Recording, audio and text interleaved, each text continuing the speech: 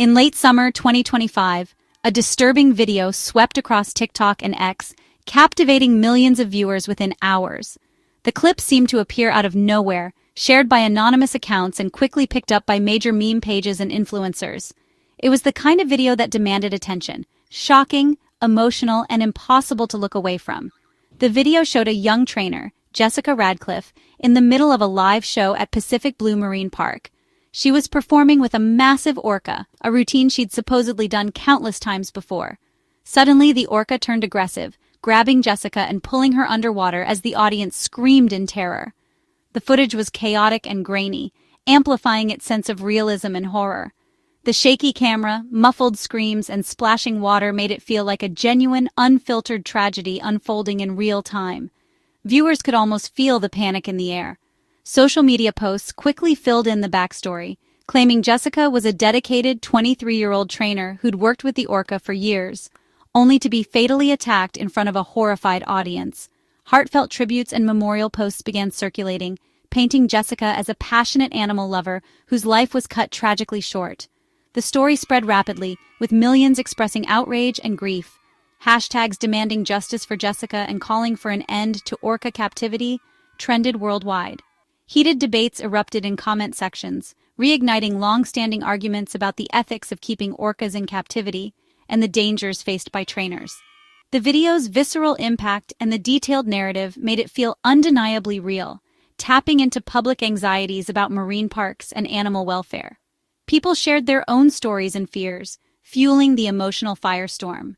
But as the video's reach exploded, some viewers began to question its authenticity. Who was Jessica Radcliffe? Despite the outpouring of emotion, no one seemed to know her outside of the viral posts. Where was Pacific Blue Marine Park? Internet sleuths scoured maps and directories, but no such place could be found. The park's name didn't appear in any official records or news archives.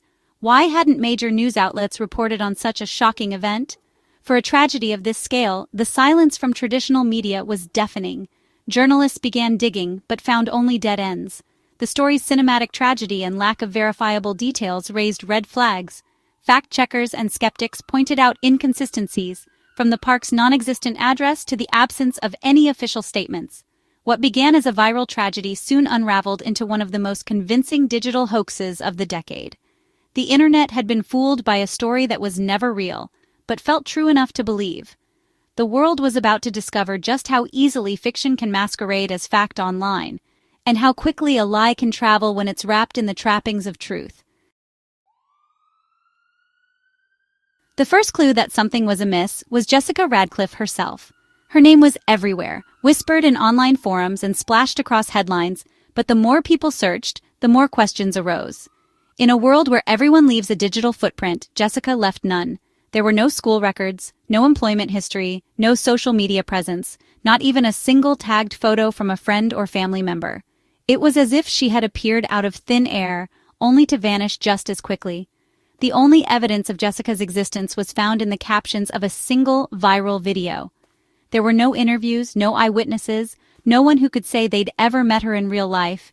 Even the images that claimed to show her were inconsistent. Different women appeared in various posts, their faces mismatched and their stories conflicting, clear signs that random internet photos were being used to humanize a fictional story. When investigators reached out to marine biology and animal training communities, the answer was unanimous. No one by that name had ever worked in the field, at any park or research facility. A tragedy of this scale would have sent shockwaves through the industry, prompting statements, memorials, and news coverage. Yet, there was only silence. No colleagues, no friends, no official response. The emotional connection viewers felt was real, and the grief was genuine. But Jessica Radcliffe herself was not.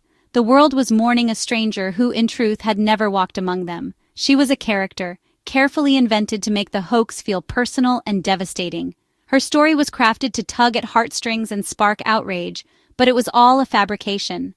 This revelation was the first major crack in the story's foundation, exposing the careful construction behind the viral sensation.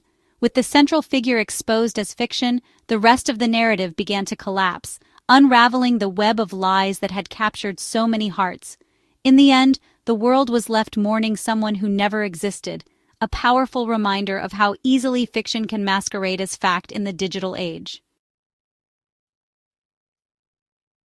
The next layer of the hoax was the setting, Pacific Blue Marine Park. This name was chosen with care, designed to sound both inviting and authentic, as if it could easily be a real destination for families and tourists. The creators of the hoax knew that a convincing location would make their story more believable, and so they crafted a place that felt familiar, yet was entirely imaginary. The name sounded plausible, evoking images of the vast Pacific and the allure of marine life, but no such park existed anywhere in the world. There was no address, no website, and no trace of it on any official map or travel guide. Fact-checkers dug deep, searching for business records, tourist listings, and local news reports. They scoured databases and archives but found nothing. No evidence that Pacific Blue Marine Park had ever operated or even been proposed. The park was a complete invention, a fictional stage for a fictional tragedy. There were no ticket stubs, no visitor photos, and no memories shared online. A real accident at a public venue would have generated immediate local and international coverage, with journalists rushing to the scene and updates flooding the airwaves. The absence of any such reports was a glaring red flag, impossible to ignore for anyone who looked closely. The hoaxers exploited the fact that most people wouldn't bother to verify the park's existence.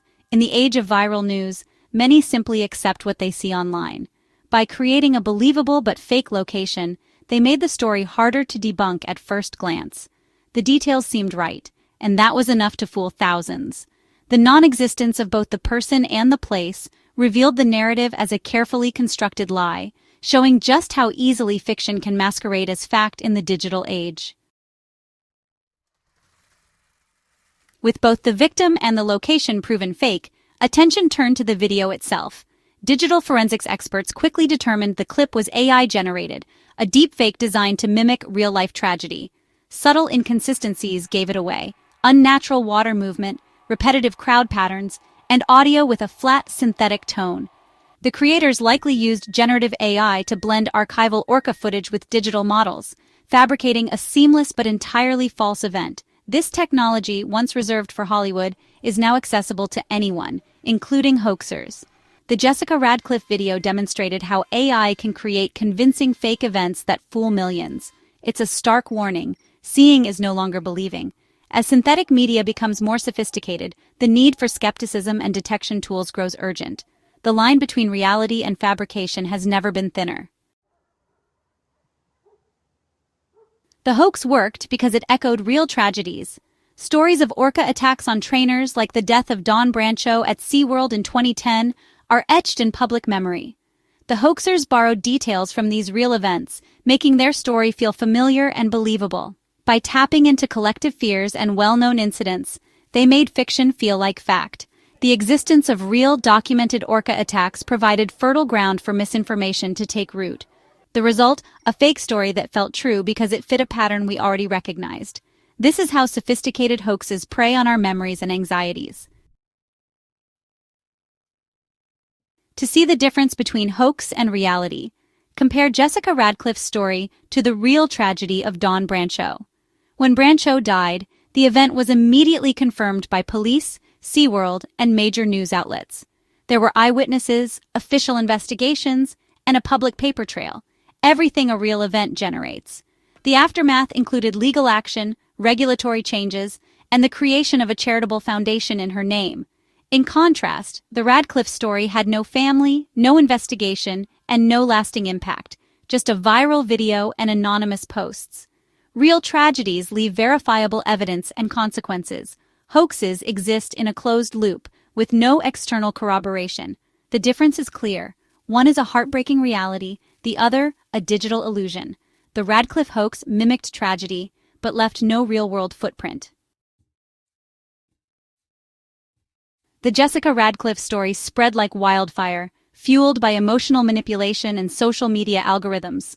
Shocking, tragic content drives engagement, likes, shares, and comments, pushing it into millions of feeds. Algorithms don't care if content is true or false. They amplify whatever gets attention. The more people shared the video, the more real it seemed, thanks to the illusory truth effect. Repetition breeds belief. Malicious actors exploited this, using anonymous accounts and suspicious links to spread the hoax further. The emotional story was bait for clicks, traffic, and even scams. In the viral age, misinformation can outpace the truth in hours. Understanding these mechanics is key to protecting ourselves. Viral doesn't mean verified. The speed of sharing can turn fiction into fact overnight. In a world of AI hoaxes, we must become smarter consumers of information. Always check for coverage from reputable news sources. If a story is real, major outlets will report it. Investigate the source. Is the account verified? Does it post clickbait or suspicious links? Be wary of anonymous, newly created profiles. Use reverse image search to trace videos and photos. Often you'll find the footage is old or misused. Look for signs of AI manipulation, unnatural visuals, robotic audio, or glitches in the background. Trust your instincts. If something feels off, it probably is. Don't let repetition fool you. Seeing a story everywhere doesn't make it true. Take a moment to verify before you share. Simple digital diligence can stop a hoax in its tracks. In the age of synthetic media, skepticism is your best defense. The Jessica Radcliffe hoax is a wake-up call for all of us. It shows how easily emotions can be manipulated and falsehoods can spread.